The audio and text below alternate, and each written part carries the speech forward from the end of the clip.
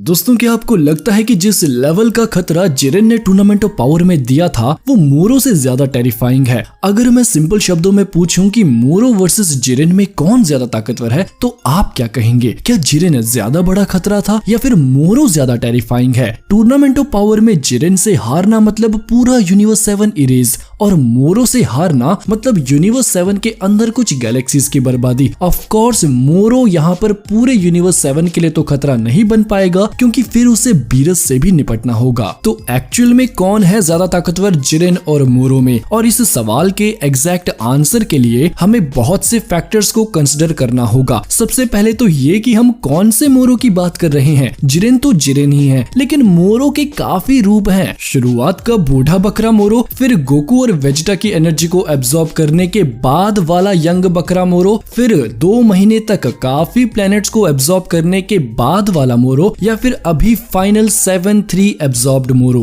मोरो की इन चारों स्टेजेस में हमने उसके अलग अलग रूप देखे हैं। अगर आप जिरेन को मोरो के इन चारों स्टेजेस से कंपेयर करें तो मेरी नजर में जिरेन ज्यादा ताकतवर है शुरुआत के 3 मोरो से, यानी कि 7-3 को एब्जॉर्ब करने से पहले वाला जो मोरो था जिरेन इसे हरा सकता है। लेकिन 7-3 एब्जॉर्ब्ड मोरो शायद जिरेन को एक कड़ी टक्कर देके उसे हरा देगा। और इन दोनों नतीजों तक मैं कैसे पहुंचा, चलिए डिस्कस करते हैं। तो देखो, टूर्नामेंट ऑफ पावर को अगर आपने अच्छे से देखा था तो आपको याद होगा कि Jiren ultra instinct omen Goku को हरा सकता है और अनपरफेक्टेड मास्टर्ड अल्ट्रा इंस्टिंक्ट को थोड़ी बहुत टक्कर दे सकता है। और मोरो भी अल्ट्रा इंस्टिंक्ट ओमेन गोकू को इजिली हरा देता है, लेकिन परफेक्टेड मास्टर्ड अल्ट्रा इंस्टिंक्ट को वो छू भी नहीं पाता। आई होप आप समझते होंगे कि टूर्नामेंट वाले मास्टर्ड अल्ट्रा इंस्टिंक्ट गोकू और अभी वाले मास्टर्ड अल्ट्रा इंस्टिंक्ट गोकू में बहुत फर्क है भाइयों। जिरेन वर्सेस मोरो के एनालिसिस में हम अल्ट्रा इंस्टिंक्ट गोकू को ही कंपैरिजन टूल बना के यूज कर रहे हैं, लेकिन हमें ये भी समझना चाहिए कि सिर्फ अल्ट्रा इंस्टिंक्ट गोकू की लड़ाई को दोनों से कंपेयर करके ये साबित नहीं किया जा सकता कि कौन ज्यादा ताकतवर है। बहुत से और भी फैक्टर्स रिस्पॉन्सिबल होंगे इस मुकाबले में। मोरो के पास हमेशा उसका मैजिक है। मोरो हमेशा जिरेन से लड़ते लड़ते उसकी एनर्जी को भी एब्जॉर्ब कर सकता है। 7-3 एब्जॉर्ब्ड मोरो तो जिरेन की कैपेबिलिटीज को भी कॉपी कर सकता है। तो लड़ाई में जीत किसकी होगी ये सिर्फ ताकतवर होने में डिपेंड नहीं करता है। मोरो के पास बहुत अपर हैंड है जिरेन के खिलाफ, लेकिन जिरेन को भी कम समझने की भूल हम नहीं कर सकते। वो एक ऐसा मॉर्टल है जो कि अपने हकाइशिन को भी सरपास कर चुका है। अगर मोरो पावर एब्जॉर्ब कर सकता है तो जिरेन सिर्फ अपनी आंखों के ग्लेज से मोरो का मटन बिरयानी बना सकता है। लेकिन अगेन इट डिपेंड्स कि कौन सा मोरो। शुरुआत के ये 2 मोरो तो जिरेन के सामने कुछ भी नहीं है। जिरेन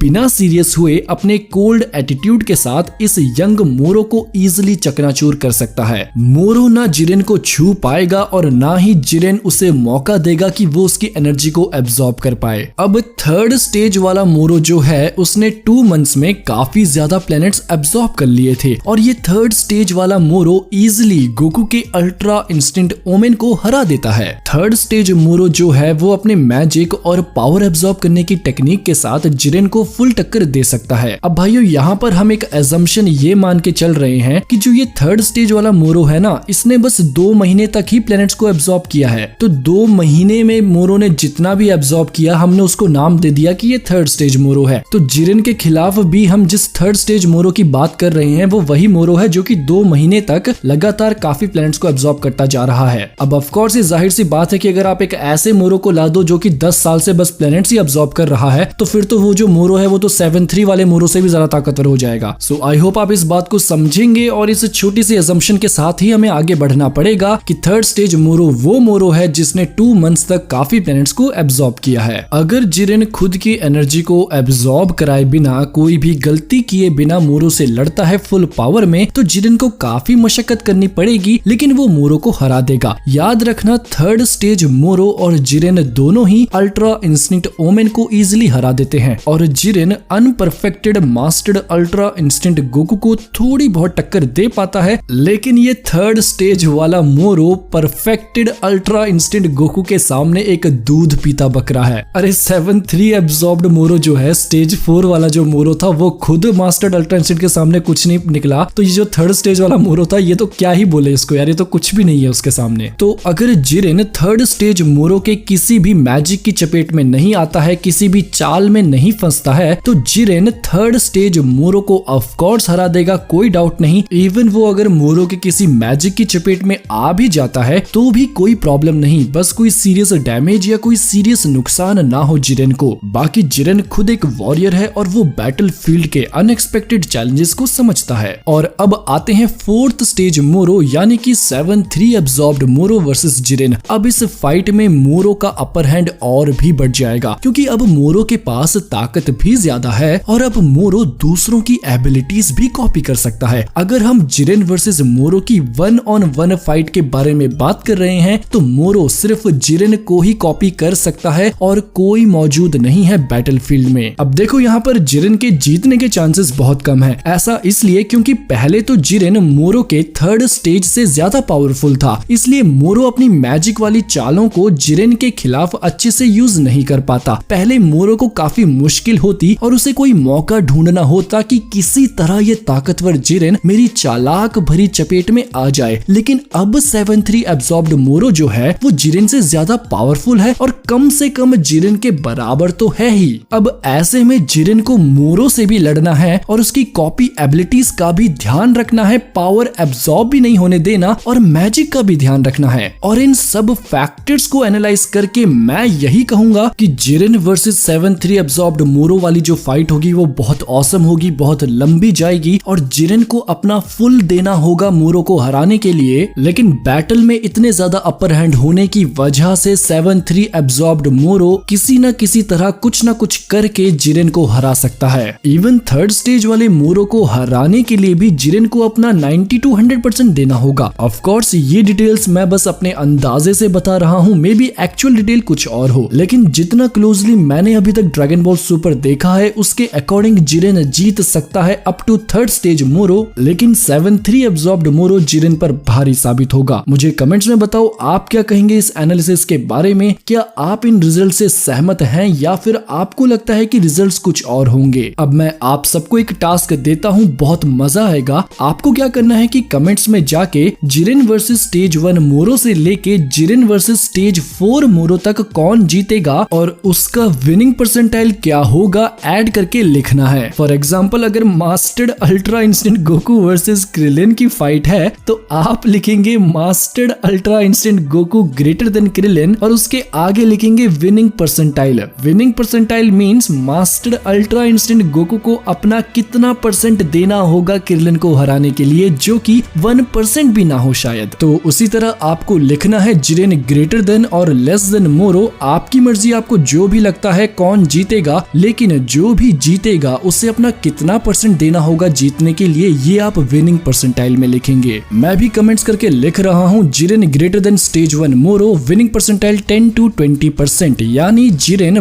बूढ़े मोरो को अपनी 10 से 20% की पावर से हरा सकता है। फिर जिरेन ग्रेटर देन स्टेज 2 मोरो, ऑफ कोर्स मुझे लगता है कि जिरेन स्टेज 2 मोरो को भी हरा देगा एंड विनिंग परसेंटाइल 40 to 60%, यानी जिरेन को अपना 40 से 60% देना होगा इसको हराने के लिए। ये मेरा अंदाजा है, आपकी मर्जी आपको जो लिखना है। Then Jiren greater than stage 3 Moro, और मेरे ख्याल से यहाँ पर जिरेन को अपना मोर देन 90% देना होगा मोरो को हराने के लिए। एंड लास्ट में स्टेज 4 मोरो ग्रेटर देन जिरेन, क्योंकि मेरी अजम्पशन में स्टेज 4 मोरो जिरेन को हरा सकता है। लेकिन यहाँ पर मोरो के विनिंग परसेंटाइल में मैं लिखूंगा 80 to 100%, यानी कि 7/3 एब्जॉर्ब्ड मोरो जो है, जो ये फाइनल वाला एब्जॉर्ब वाला मोरो जो है, इसको अगर इसने अपना पूरा 80 से 100% ज्यादा पावर इस्तेमाल किया जिरेन के खिलाफ तो जिरेन के हारने के चांसेस हैं। लेकिन याद रखना इस 80 to 100% में सिर्फ ताकत नहीं है मेरे भाइयों, सिर्फ ताकत के बेसिस पे हम ये डिसाइड नहीं कर रहे हैं कि कौन जीतेगा। मोरो के पास बहुत सारा अपर हैंड है, उन सबको मिक्स करने के बाद हम ये कंपैरिजन कर रहे हैं। अब ऐसे ही आप भी अपने थॉट शेयर कीजिए और देखते हैं कितने लोग सेम सोचते हैं, और मोस्ट कॉमन आंसर ही इस वीडियो का रिजल्ट होगा जिसे मैं अपने कम्युनिटी पोस्ट में शेयर कर दूंगा। तो इसमें बहुत मजा आएगा एंड आई होप ये वीडियो आपको बहुत अच्छी लगी हो। अगर इस वीडियो में अच्छा रिस्पॉन्स आता है तो हम और भी ऐसी कंपैरिजन वीडियोस डिटेल में एक्सप्लेन करके बनाएंगे। तो अभी के लिए बस इतना ही, मैं मिलूंगा आप सबको नेक्स्ट वीडियो में, तब तक के लिए खुदा हाफिज़, सादर प्रणाम।